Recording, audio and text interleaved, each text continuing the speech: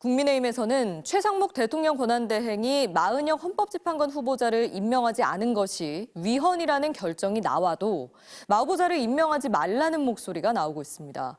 헌법재판소의 결정을 따르지 않아도 된다는 건데요. 맞는 얘긴지 팩트체크 알고 보니에서 이준범 기자가 따져봤습니다.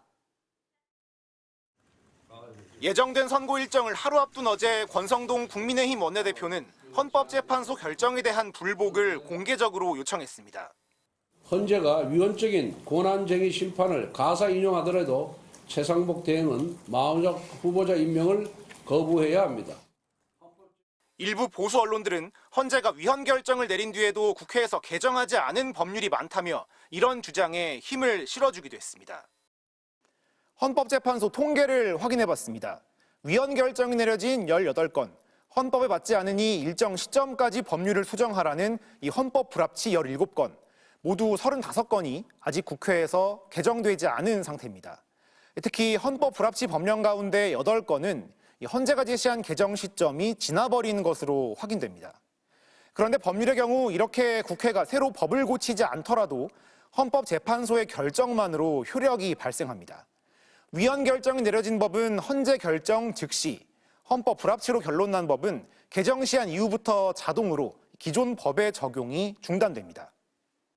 반면에 이번 사건은 다릅니다.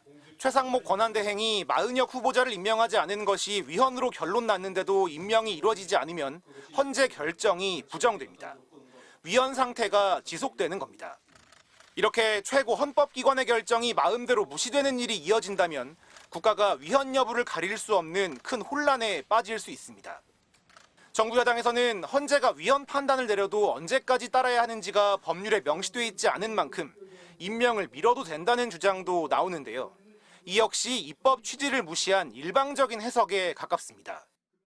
왜냐하면 법을 만들 때 이를 따르지 않는 것은 상상할 수도 없는 일로 봤기 때문에 별도의 시한을 법에 설정할 필요도 없었던 것입니다.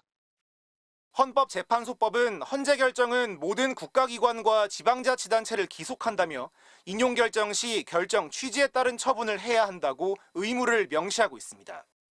따라서 헌재 결정을 무시하는 건 법치주의를 부정하는 것으로 볼 수밖에 없습니다. 알고 보니 이준범입니다.